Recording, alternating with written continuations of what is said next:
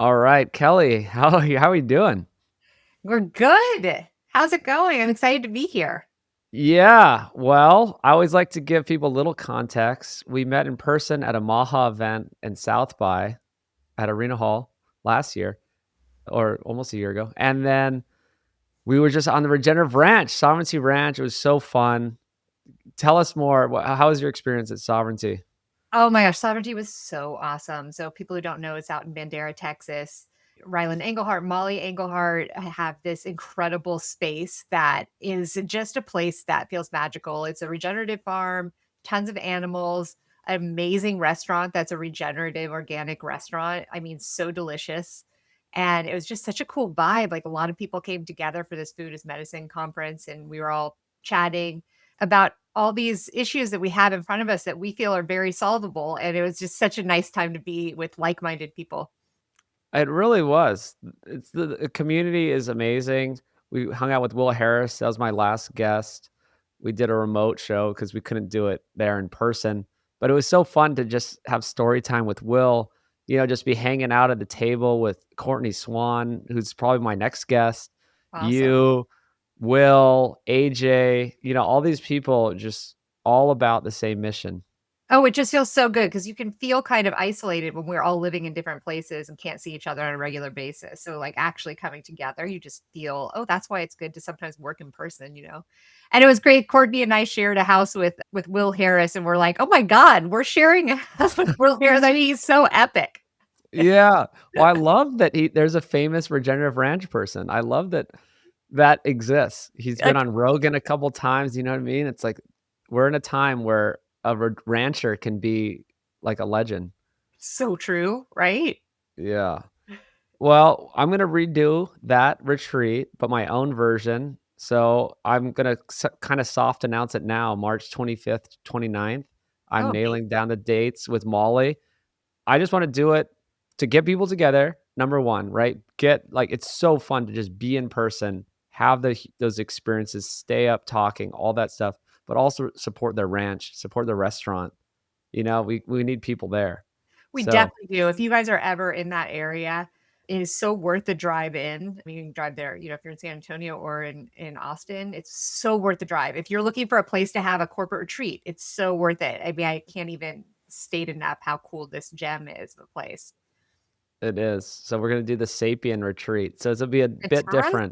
bit different. But I'll talk to you about it later. See who else we can get involved. And it's not going to Totally. be as many talks, just more real experiences. Real like Fantastic. sapient human stuff. So let's move on to the show, the juicy content, the glyphosate content. So you are glyphosate girl on Instagram, That's right. and so people check her out on Instagram at glyphosate girl. This show is going to be all things glyphosate, the definitive episode. I've not done a full episode on it. I've done, little pieces. Guests have talked about it, but it's a big topic and Kelly knows what she's talking about. She did a great presentation at the retreat. And where do you like to start in this story? Some Oh people are gosh. probably familiar with I it, but I there's want to also the start controversy. because Some people are just like, "Oh, well, with it's not my that personal bad." health I because heard I the think that science that's says where a it's not lot of that bad. people Well, like you don't pay attention to that's not something like true. glyphosate or know even what that is unless you have some reason to. In my opinion, in my case, I was like so many people, probably many of your listeners who had just a ton of different health issues that didn't really make sense. And so I was had two kids, they were little.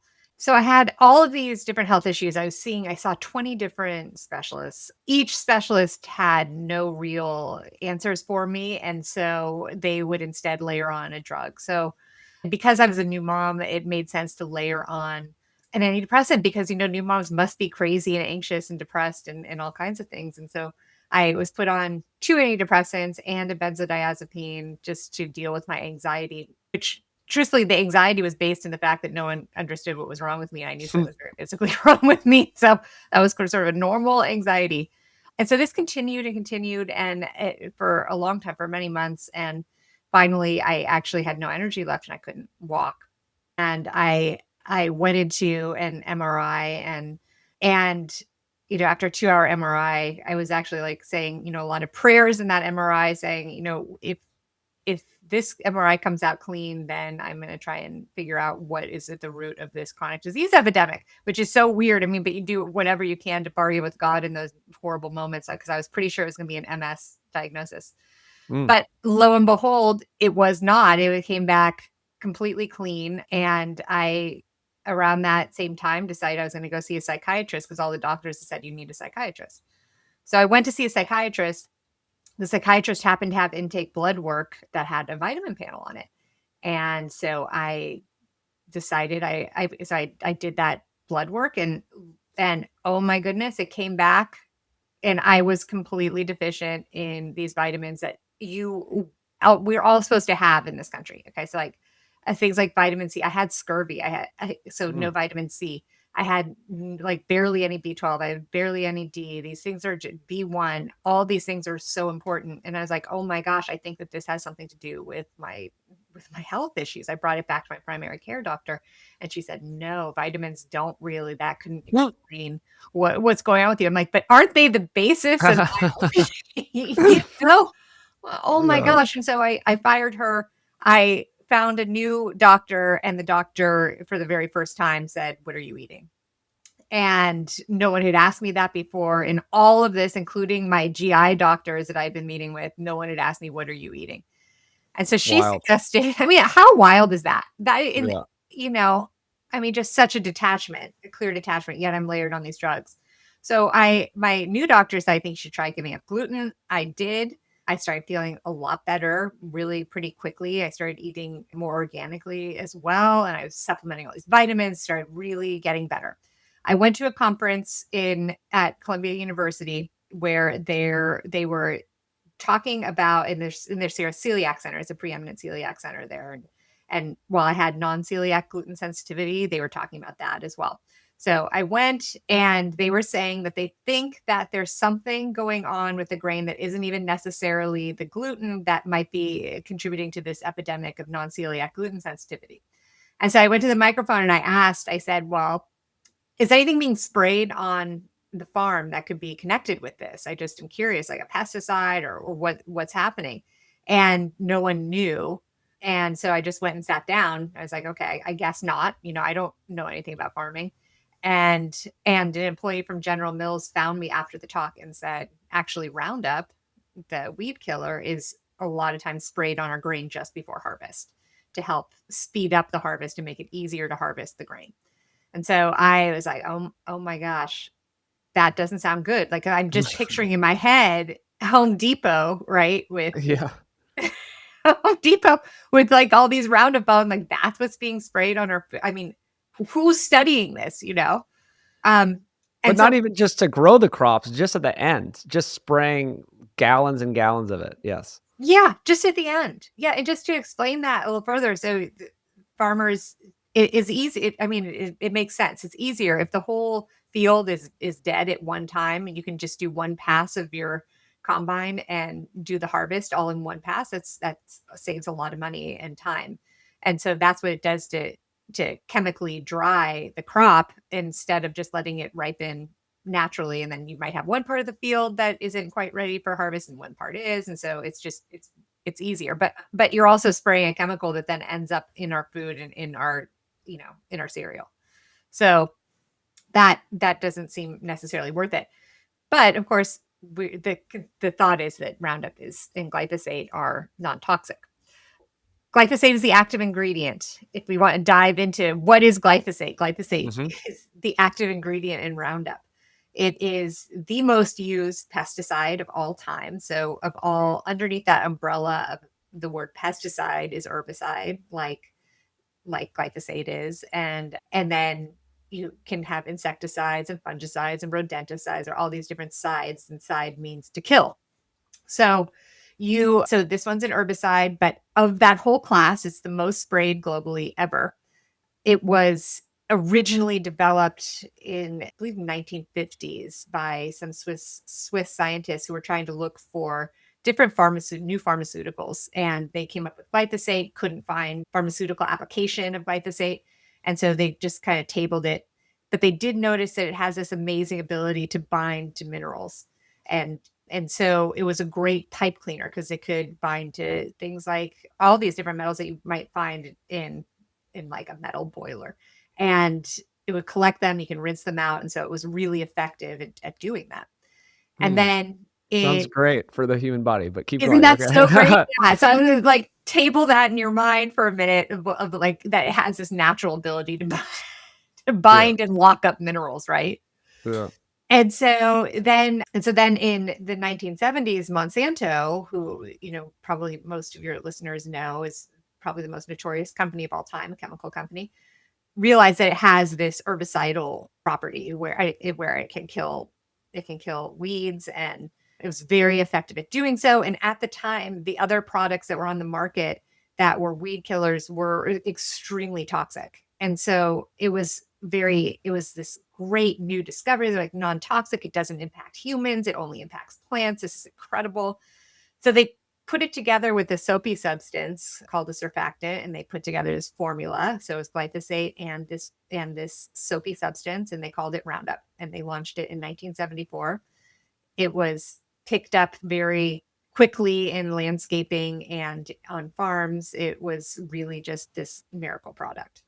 So it's sort of the beginnings of glyphosate. Amazing. Okay, so keep going. Okay. So this continues and expands, and it keeps on growing, and people once again are celebrating this non-toxic, safe enough to drink side that is now all these farmers are using it. They think it's such a relief. They can go out and spray it. It is this miracle worker. It's highly, highly effective at killing weeds. So the patent was going to run out on this blockbuster product, Roundup, for Monsanto, which was not a good situation because this was their blockbuster product. And they decided that they were going to come up with an even bigger business strategy. And so they started developing seeds that are now known as GMO seeds that would be resistant to the effects of glyphosate. So this is where GMOs were birthed. And I actually personally didn't fully understand that that was the key reason Mm, why GMOs were even developed, because you hear a lot of reason for GMOs like technology and like amazing, let's innovate, feed the world. This is how we do it. These are incredible. In reality, these GMO seeds were developed just to be resistant to the use of Roundup. So farmers could go and plant these GMO corn, soy, cotton, seeds, spray it with as much Roundup as they wanted, and the crop wouldn't die, but all the competing weeds around the crop would die. So, I mean, it's actually a really brilliant plan. It's just not very well thought out of what could happen down the line. yeah. So this happens, and then in 1996. And what's really interesting about that is I actually started having some digestive problems in around 1996, and I've always just kind of wondered if that was part Mm, of the reason. So the GMOs enter the food supply, and the use of glyphosate explodes. You look at these maps, these usage maps, and it was definitely used before, but these GMOs just made it so that it was saturating basically our breadbasket in this country. And with both literal and figurative, the breadbasket being all the states that are growing all these grains, mhm. just the density became so intense. And so then in the late 90s, early 2000s, in Europe, actually, they had started doing this pre-harvest spray that I was talking about, where they're spraying it just to ripen up the crop right before harvest. So on oats and grains and legumes. And so then that added even more to our food supply. And actually, it's interesting where you look where glyphosate enters our food supply. It usually is more from that pre-harvest spray than it is from the GMOs, because the GMOs are it's only a subsection, a very small percent that actually goes into the human diet, because most of it is going to feed animals. But of course, we eventually eat the animals, and so it also goes up the line. But a lot of it is Another used. reason to eat grass-fed, grass-finished Oh my gosh, right? meat. Yeah, It's such a huge reason. And I'm glad you're saying that, because people, don't understand that that's the difference. You get whatever the animal has eaten as well when, when yeah. you're eating the stuff from the factories. So this happens, and now we have a situation where glyphosate is in the air, it's in the rain, it's in our bodies, it's in our urine, hair. semen, breast milk. I mean, it is completely infiltrated our lives. It is in personal products. It's like in, tampons, pads, diapers, all these different cotton products. It's in our alcohol. It is truly ubiquitous to living in 2025. So if and the EPA has always said that, this is likely very safe, and we see no concerns for human health.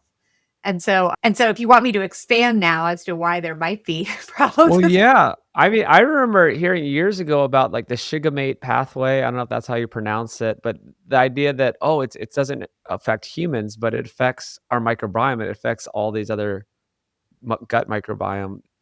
Yeah, Yeah. keep going on that Yeah. part. Yeah. So this was the argument. Okay. So glyphosate does not impact the human body because of this one specific pathway, the shikimate pathway, which is that they claimed is a metabolic pathway that they claimed that only plants had. And it effectively shut off the energy to that pathway in plants, which is what killed the weed. So humans don't have it. The human cell does not have the shikimate pathway. What does have it is the bacteria in our microbiome. When glyphosate first came out, there was, I don't even know, I mean, if there was any knowledge of the microbiome, it was really preliminary. And it really isn't until recently that we knew just how significant the microbiome is to our everyday functioning and overall health, right?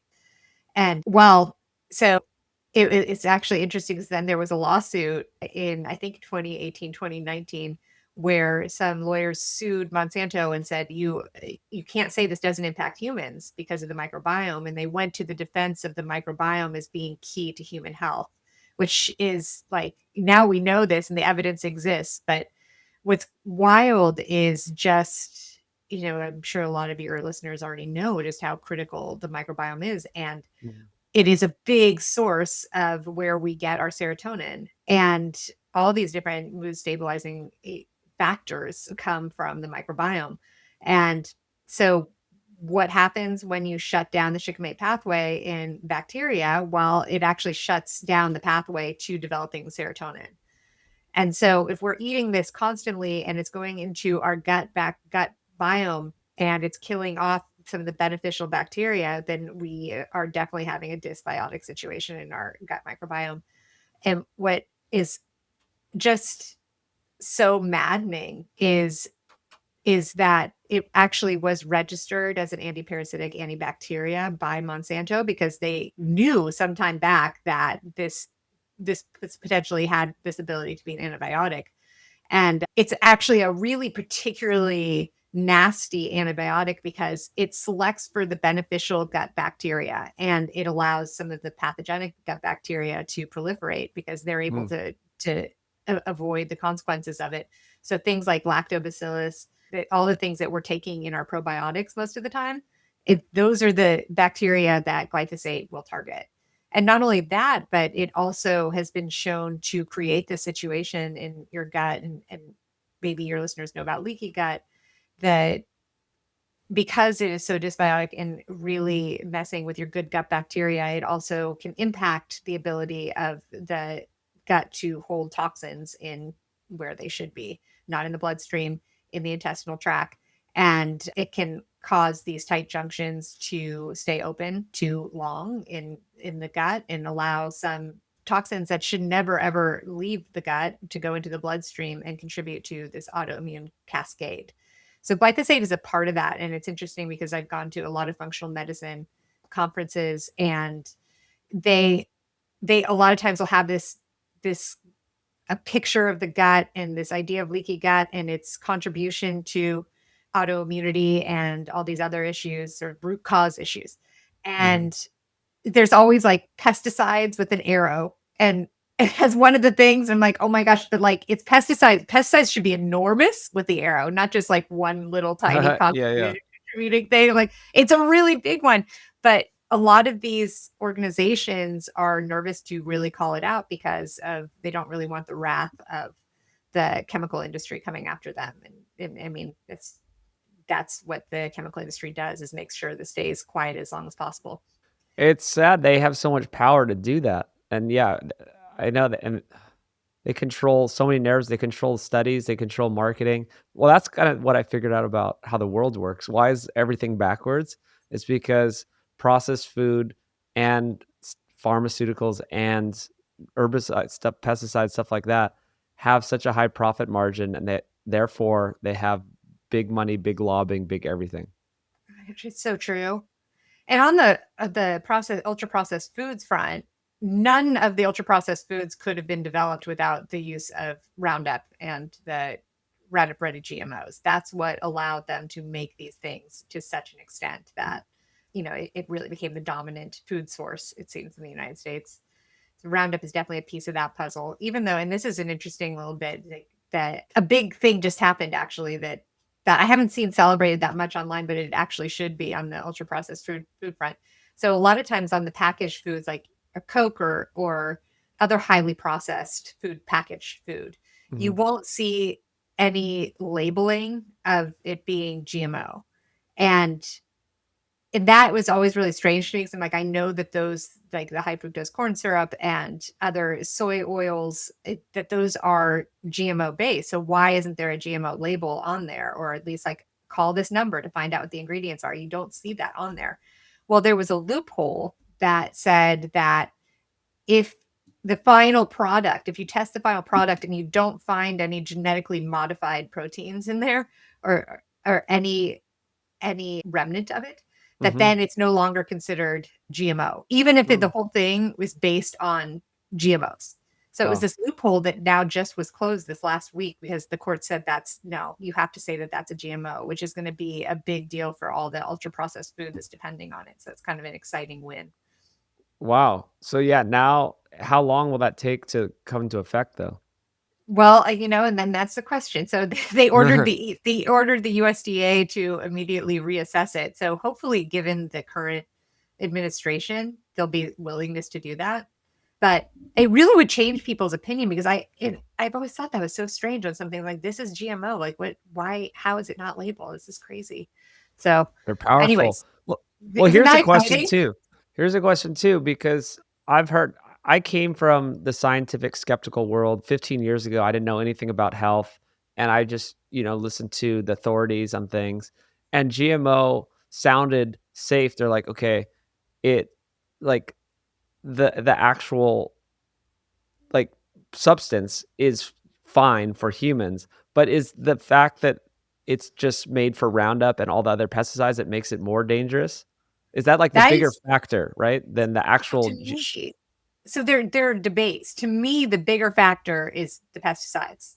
yeah. And and there are people that are GMO people, activists that would say that's not true. So I mean, this is an ongoing debate. Yeah. Um, but the truth is now too that the weeds have developed into super weeds now in our in on these plant on the acreage where they're on these farms. And so super weeds are now forming that are resistant to the effects of glyphosate. This is a huge problem, right? Because they've Mhm. developed these seeds to be resistant to glyphosate. And now the weeds are outthinking it. And I love, by the way, that nature is outthinking thinking glyphosate. I wish that humans could too. We don't have that sophistication. Well, you Um, can't cheat nature. I we found that in can't. general. In general, and yes, using glyphosate is trying to cheat nature, but there's unintended consequences of our This is microbiome. exactly Stuff like it. that. There's always the unintended consequences. Like every time, no matter Yeah. what you do, you can't cheat it. And so, but so now this chemical companies are trying to cheat it. And so now they've added other pesticides to what the GMOs are resistant to. And so now you have up to 5 different pesticides that can be sprayed on these GMOs to kill the weeds around Mm. it. It's like, at what point are you going to realize this is a failing system? Like you shouldn't have to spray 5 different pesticides on here that are of increasing toxicity, by the way. Oh, guys, so it's just enraging.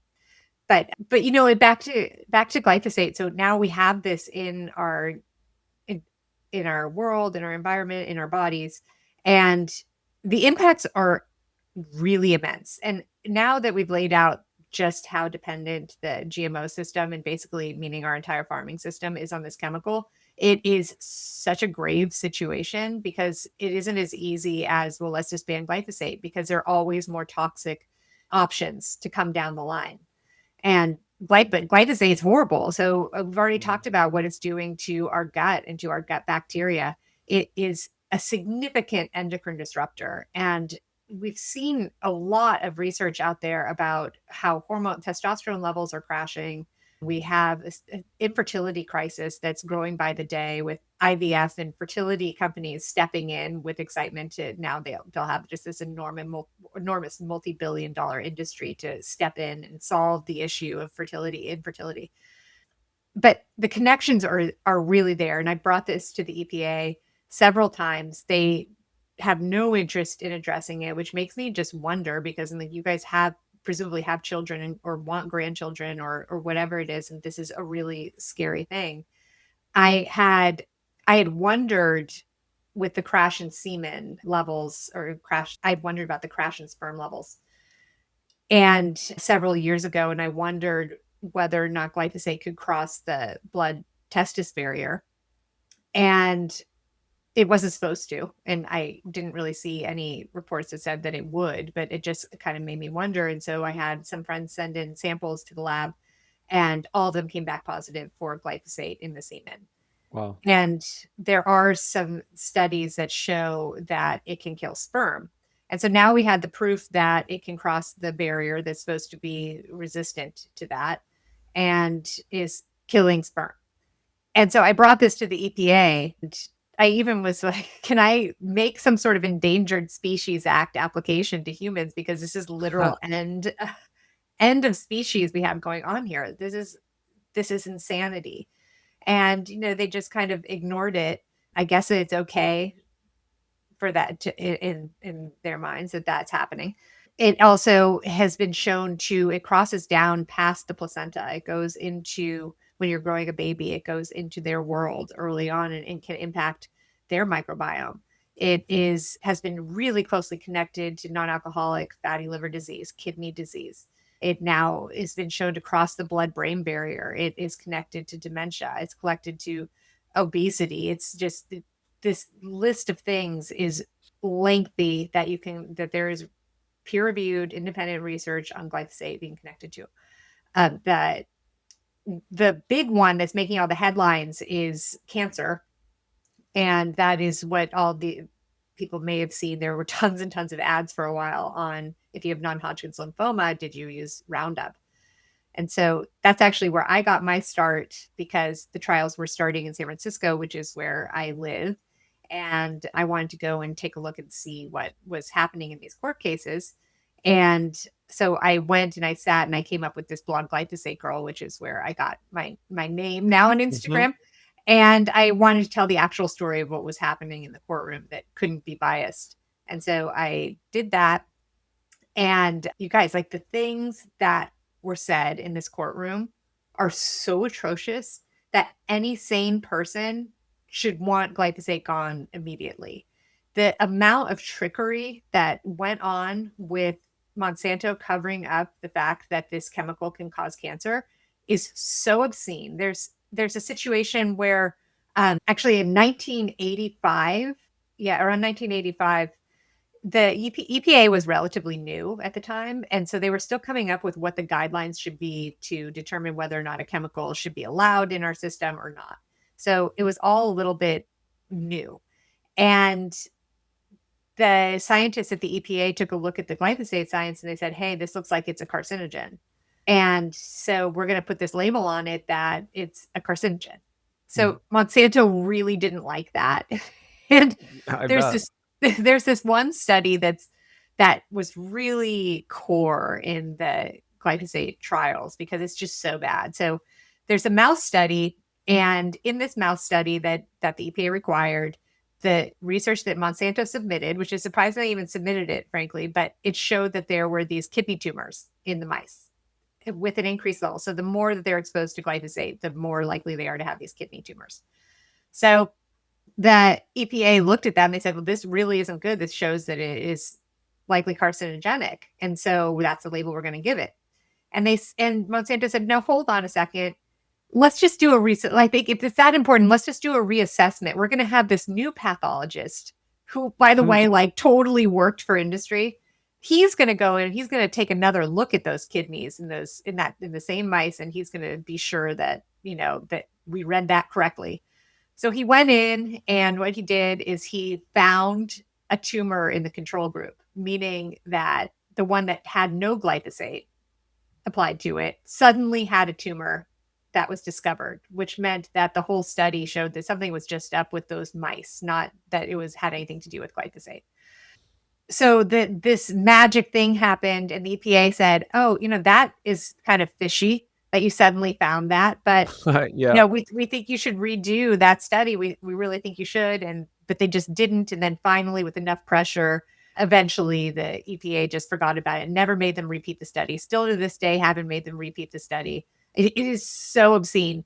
And so when the International Agency for Research on Cancer came out in 2015, they said, and by the way, this is an organization of WHO. They are very special because they only look at peer-reviewed independent research on any subject. So they pick which things they're going to look at to see if they cause cancer, and then they look at peer-reviewed independent research. Nothing from industry, so nothing can be Mm. biased. Yeah. And so they found that glyphosate was a probable human carcinogen in 2015.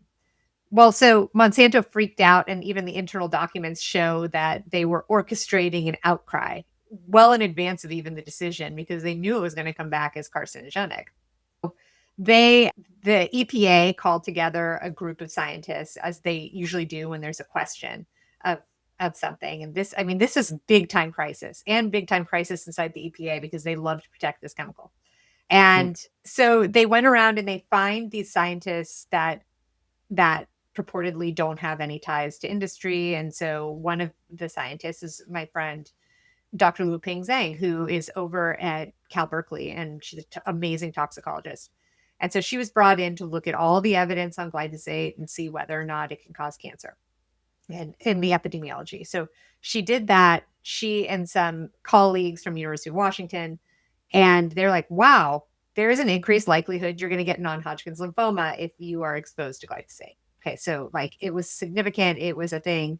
They submitted that decision to the EPA, and in 2016, the EPA came out and said, "Oh yeah, we took a look. There's no evidence that cancer can cause or glyphosate can cause cancer." Can you imagine this? And so she was so Mm. irate that she went and she published it herself with those colleagues. And it is that there's a 40% increase in likelihood of getting cancer if you are exposed to glyphosate. Like that's what the evidence shows.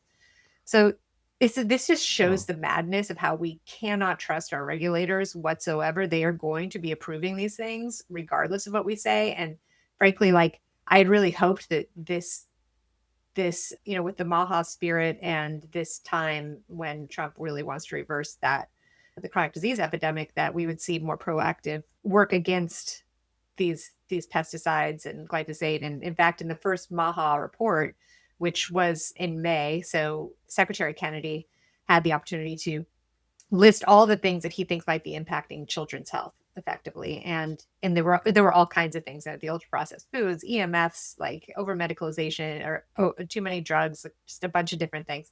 And in that list were pesticides, but specifically calling out both glyphosate and atrazine. And clearly really scared a lot of people because suddenly senators were wanting to meet with him. And he basically had just back to back meetings, even at the White House, and all the industry groups coming in and saying, you don't understand, the entire ag system in the United States is based on glyphosate. Like, you can't just say we're going to take away glyphosate. And so, about 3 or 4 weeks later, what happens? Well, two of the hugest lobbyists from Big Ag and AgChem suddenly end up at the EPA in the leadership positions in the Department of Mm. Pesticides. And Wow. so now we're just like, okay, so it's back to this, and unfortunately, Secretary Kennedy isn't in charge of the EPA.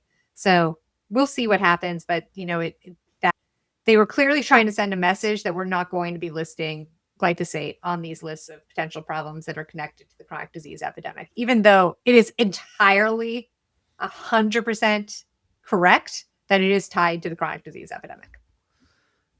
So I hate politics, but what I've understood about them is that there's certain things that are just not going to be changed, and we need to just figure out other ways to deal with them, and you need to just do it on your own.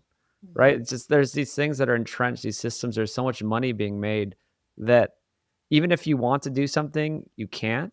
And that's I don't like that defeatist attitude, but like we're kind of seeing it happen that even if Bobby Kennedy's in there trying to do things, it's like, well, this is EPA, this is beyond my control, or this is going to take 15 years to undo all this, or everything's going to fail.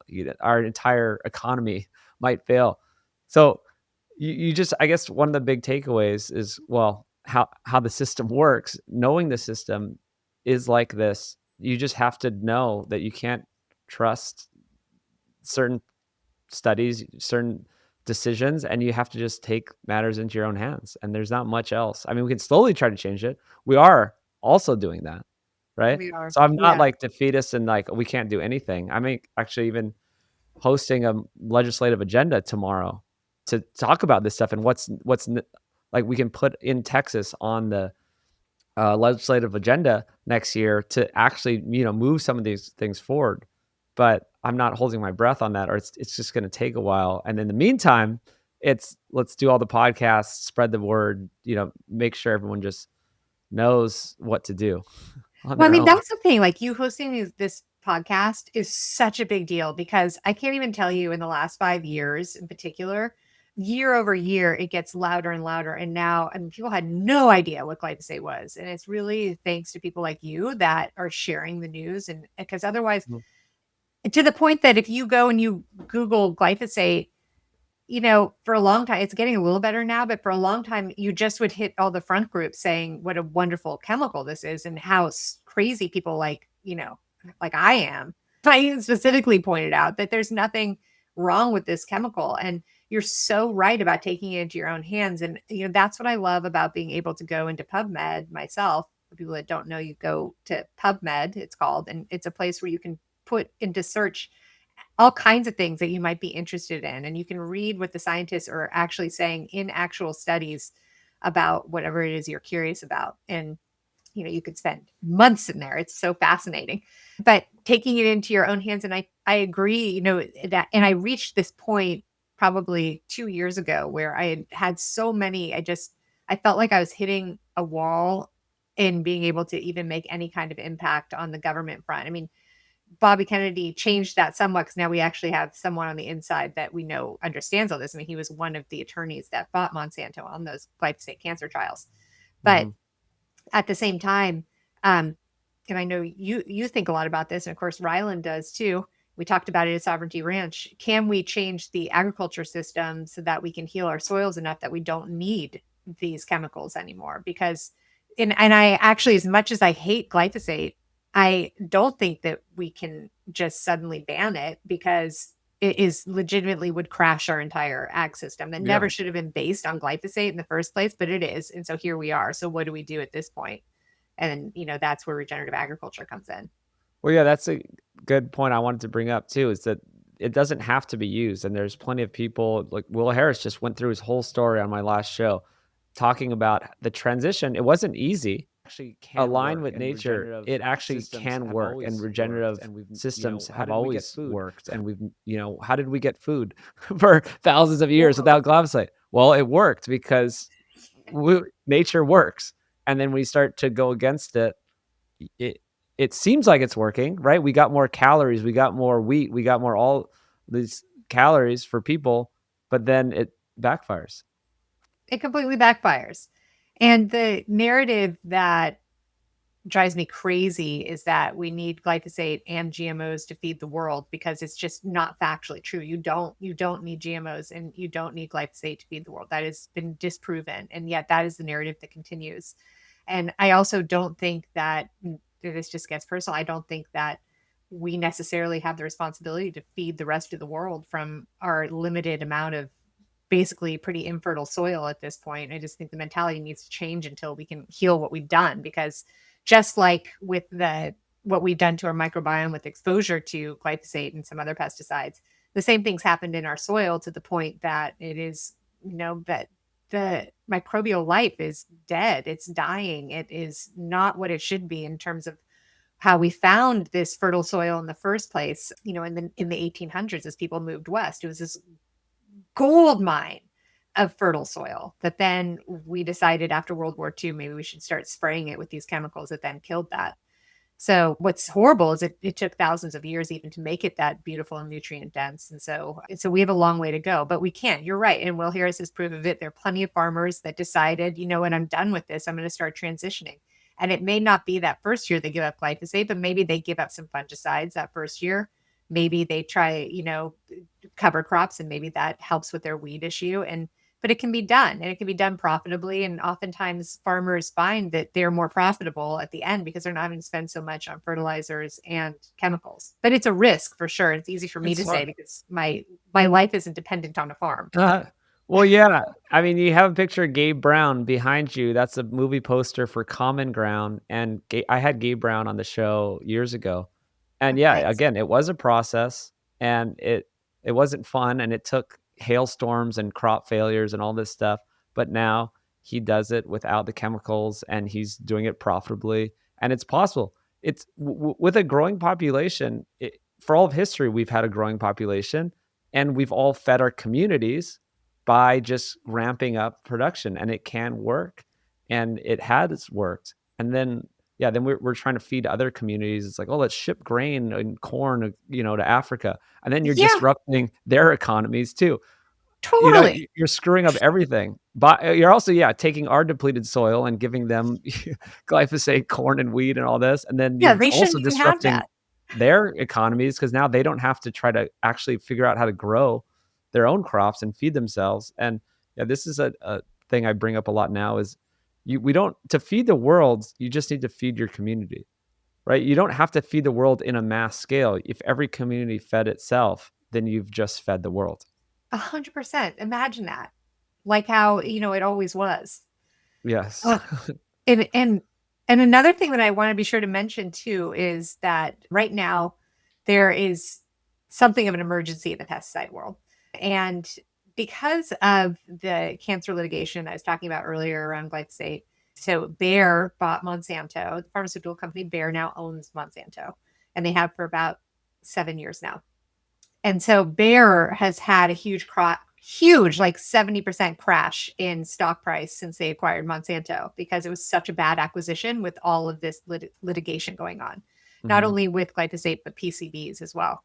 And so they are looking for a way to stop the bleed, basically the financial bleed, because they are out $11 billion, and there's still tons of different plaintiffs that are suing and still want settlements. And so this stands to bankrupt Bayer.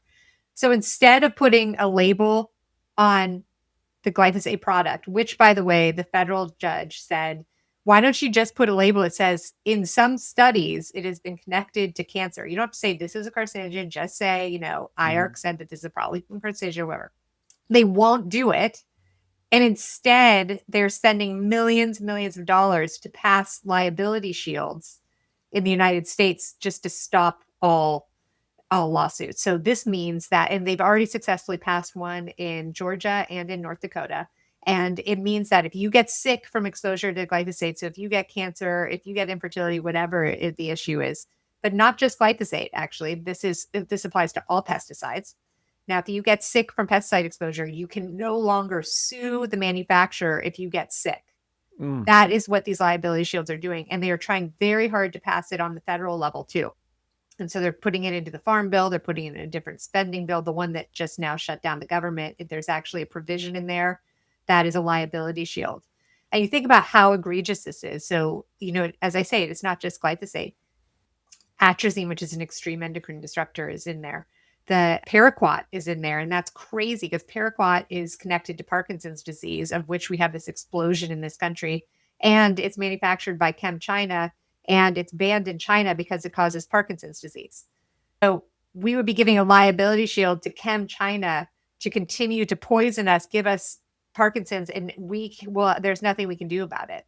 And what's so Wow. scary is there are plenty of people in Congress that are more than happy to be passing this. And Governor Kemp in Georgia signed off on this so that his people in Georgia can no longer sue. I don't know what's going on that to steal people's rights to, because that's usually the only thing that they even have going for them in terms of, any, of course, recourse. It's so crazy how money and power and it just drives an industry just drive everything to this point. Whew, I this don't know what to do. So are you working like to stop some of this? Like tell us more about what you do. Yeah, so I right now am running a campaign against these liability shields. And if people want to sign up for that, you can go to Stop Poison and you put in your name and I will send emails for call to actions. Is that And stoppoison.com or oh, sorry, it's stoppoison.org. oh, stop Um, okay. stoppoison.org. You can go there, and, or you can go to my website, glyphosatefacts.com. And there you can also find ways to understand this liability shield. But we have thousands of people now that have been calling. We have these calls to action and trying to get that situation fixed. But I have to say, like, it is a really an uphill battle right now. And I think there's a lot of fatigue because we have a lot of problems in this country. And I think people are just tired. So, anyone who's newly enraged by this, I would appreciate any help that you have. And so I'm working a lot on that, and I am continually trying to bring that into the conversation into some of the farmers' worlds because they're the ones that are on the front lines of exposure and have these high like the rate of cancer in young adults in Iowa is crazy. Like is so outpaced the rest of the country and they're right there amongst all these GMO Hmm. things being sprayed. So those are the kinds of things I really try to raise awareness around. Yeah, I mean, they're the ones getting the brunt of it if they're actually out there spraying it, getting, like, way more exposure than the rest of us, but it should show a signal to us. I mean, it really should. And what's crazy is that the industry groups are saying farmers want this liability shield to protect their chemicals. And I'm like, have you really gone in and talked to these people that are like definitely have cancer and are their kids have birth defects? And do you think that they don't think that, maybe this would be a bad idea to have legal protection? It's so wild. Do you remember a lot of your facts and figures? I know you do presentations and may not have them on hand, but I wanna do some more waking up. If you can throw out some of this, like how much is used, all that type of stuff. Oh yeah, so it's 300 million pounds is used every year in the United States. So that is excessively very very large amount, outpacing everything else by far. The number two most used pesticide is atrazine. That is used on GMO corn. Atrazine is a really concerning one, and I brought that up a few times because of its extreme impact on development and hormones. It is an extreme endocrine disruptor, and it's now found in the drinking water in Texas as well as other states. This one is connected to penis malformation in baby boys. Mm-mm. It's connected with decreased testosterone, messing with estrogen. It is such a hideous one, and that's the number two most used. And oh, and I also wanted to talk about this study that came out about glyphosate. There's a lot on the endocrine disruption of it, but this one is especially just it's always emblazoned in my mind. So the study out of Mount Sinai was done by Dr. Shauna Swan, and she looks at environmental contaminants impact on fertility and the endocrine system. And so she did a study where she looked at the levels of glyphosate in second trimester women and in their urine and assessed that and then measured the distance between the vagina and the anus in the baby girls that were born to those moms. And what was found is that the higher the glyphosate level in the second trimester urine, the wider the distance between the vagina and the anus. And that's called the AGD.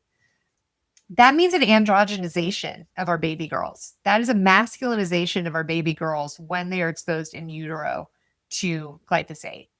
That's the kind of thing that should stop everyone in their tracks because it is so outrageous to think that once again going back to nature, this is physically changing nature so that we can't reproduce anymore. That's what's happening. Like, with these penis malformations, with the changing female genitalia, it is nature saying this is too toxic of a world to bring kids into, and therefore we're not going to allow you to reproduce. And that's the same with this fertility crisis. It's too toxic. It's just too toxic around between that and the PC and the phthalates, the forever chemicals, all these different things that we're exposed to. So those are just a few of the studies that are particularly concerning. Wow. Yeah, she was on Rogan as well. For some reason, that's just my barometer of, like, making it into the mainstream that, Shanna's been on there talking about this stuff, which is good. Yeah, I'm What so glad with her measurement device that opens eyes. Yeah. Well, yeah, do you have any other facts and figures or things we can throw out there? Well, let's see. Other than it being the most used, and of course, like our GMO system, I think it's 90% of the corn is GMO, and something close to that is GMO with the soy as well. A concerning factor around that is that with a lot of these regenerative farmers who are wanting to step away from glyphosate and chemicals that are looking to use seeds that are not GMO, they actually can't source the seeds because Mm, a lot of the seed companies were bought up by Monsanto long ago, and the seeds are either owned by Monsanto or they're already pre-dipped in neonic pesticides, which is an insecticide. So, and by the way, that neonic is at the basis of the collapse of pollinators. Like a lot of pesticides are, but that's really the worst. And so, when you think about all these seeds being dipped in it and then planted, and what the impact is of that, and then you have these regenerative farmers that are thinking, "Great, I'm going to decrease my exposure to glyphosate or what have you," and they're still having to take those GMO seeds. That's an enormous problem that the country is going to have to figure out in terms of increasing the native seed supply that's non-GMO. That's an enormous hurdle that I think is coming down the line. But in terms of actual mhm. facts and figures, other than it being the most used and probably about, oh, I don't know, 50 different health conditions that are connected to it, I think that's the numbers I've got. Yeah. Well, yeah, you can check out your website and blog and Instagram Yeah. and stuff as well. Here's a question too.